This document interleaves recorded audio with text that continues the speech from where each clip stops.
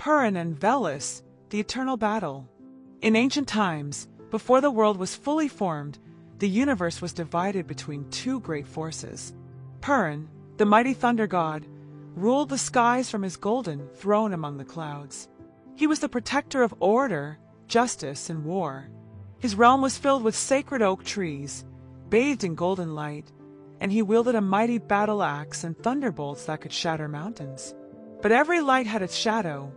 Deep beneath the earth, in the realm of rivers, swamps, and dark forests, ruled Veles, the god of the underworld, chaos and trickery.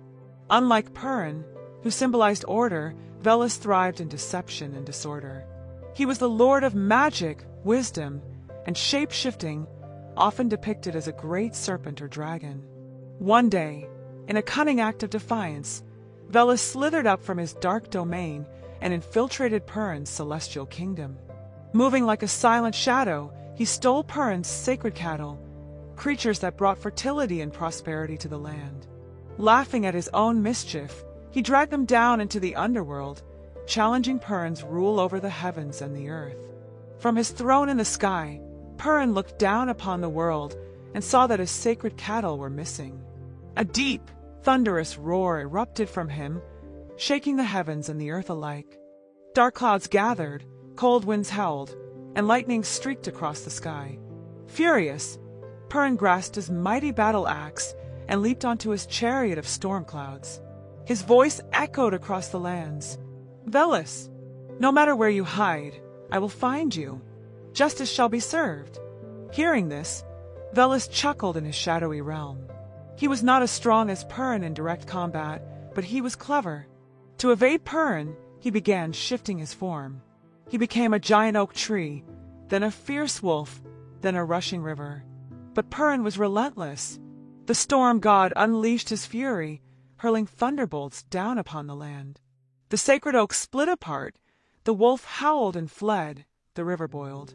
Veles, realizing he could not escape in these forms, took on his most terrifying shape, a massive serpent, coiling around the mountains, his scales glistening like black ice. The earth trembled as Purin descended, standing atop the tallest peak. He raised his arm, calling upon the power of the heavens, and forged a divine lightning bolt. With all his might, he hurled it at Veles. The bolt struck the serpent's body, sending searing pain through his form. Veles writhed in agony, his massive coils crushing forests and shifting rivers. Mortally wounded but not defeated, Veles slithered back into the underworld, disappearing into the depths. The storm began to fade, the clouds parted, and sunlight once again bathed the earth. Purin had triumphed, reclaiming his cattle and restoring order to the world. However, Veles could never be truly destroyed. Every year, during the cold months, he would regain his strength, bringing winter's darkness and chaos to the land. But with the coming of spring, Purin would rise again, wielding his thunderbolts to banish Veles back to the depths. Thus, the cycle of the seasons was forever linked to their battle. The people of the Slavic lands believed that every thunderstorm was Purin striking down Veles once more. When lightning flashed, they knew the storm god was ensuring that order prevailed over chaos once again.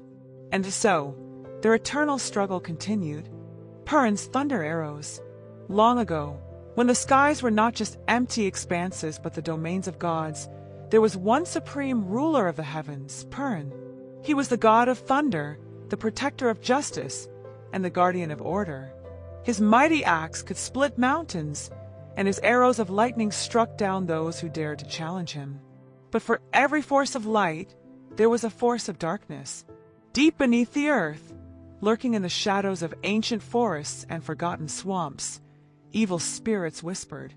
The people of the land always prayed to Purin, asking him to keep these dark forces at bay. And one day, their prayers would become more desperate than ever before. The darkness descends upon the village. In a small village nestled between vast forests and rolling hills, life was peaceful. The villagers worked their fields, tended to their animals, and with every harvest, offered prayers to Purin in gratitude. But one year, something changed. Strange things began to happen. At first, The livestock started disappearing. Horses and cattle vanished overnight, leaving behind only broken fences and claw marks in the dirt. Then, eerie whispers filled the night air, sometimes soft and distant, other times chillingly close. Shadows flickered in the moonlight, twisting unnaturally in the darkness. But the most terrifying sign came from the children. Little Miroslav woke up screaming one night, trembling in terror. He was here, the Shadow Man. His arms were long, his eyes burned like fire. Other children reported similar nightmares. Something was watching them, waiting. The village elder, a wise woman who had seen many seasons pass, gathered the people and spoke in a trembling voice. This is the work of the forest demon. Long ago, he was buried deep, but now he has awakened. He has fed on our fear, and now he wants more. First, our animals. Soon, he will take our children's souls. A deep silence fell upon the villagers. That night, no one left their homes. Doors and windows were locked tight, but the whispers did not stop, calling upon Purin.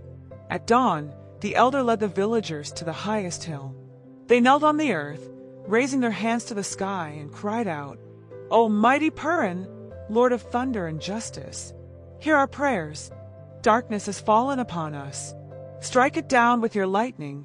Protect us from the evil that lurks in the shadows." The prayer rose into the sky. A wind began to stir. The clouds, once soft and white, turned dark and heavy. A low rumble echoed across the heavens. Then came a mighty thunderclap, shaking the very ground beneath them. The villagers gasped.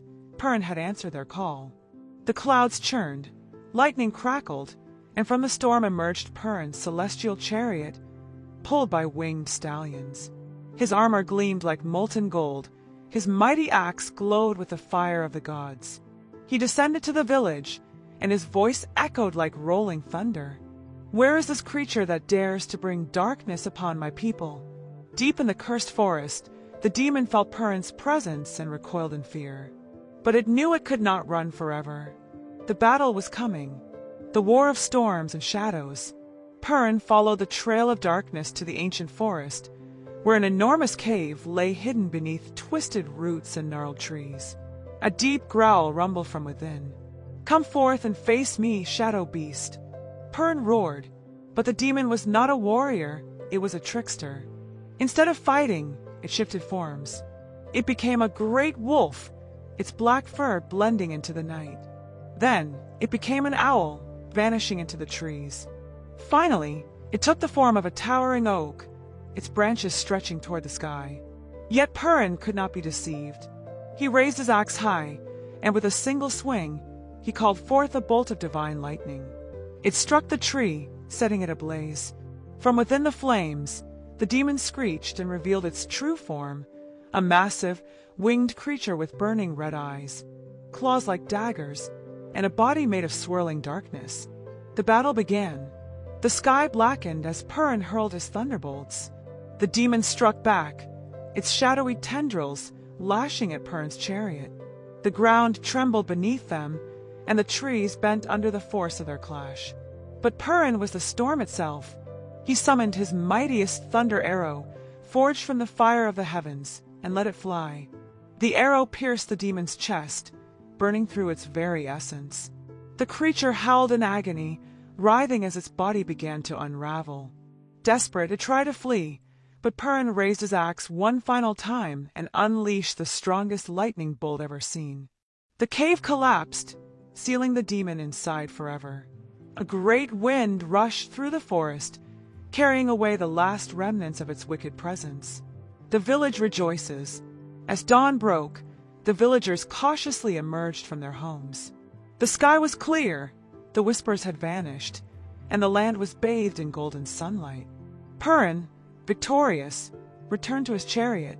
Before ascending to the heavens, he turned to the villagers and declared, "Evil will always seek to creep into the world, but as long as you have faith, as long as you stand for justice, I will answer your call. Look to the sky, and you shall know that I watch over you." With that, he rose into the clouds, his chariot leaving behind a brilliant streak of lightning.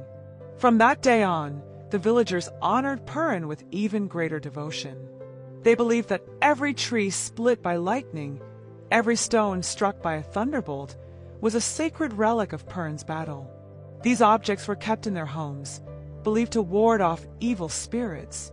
And so, the legend of Purin's thunder arrows was passed down through generations, a reminder that whenever the storm raged and lightning flashed across the sky, Purin was still there, protecting the world from the shadows.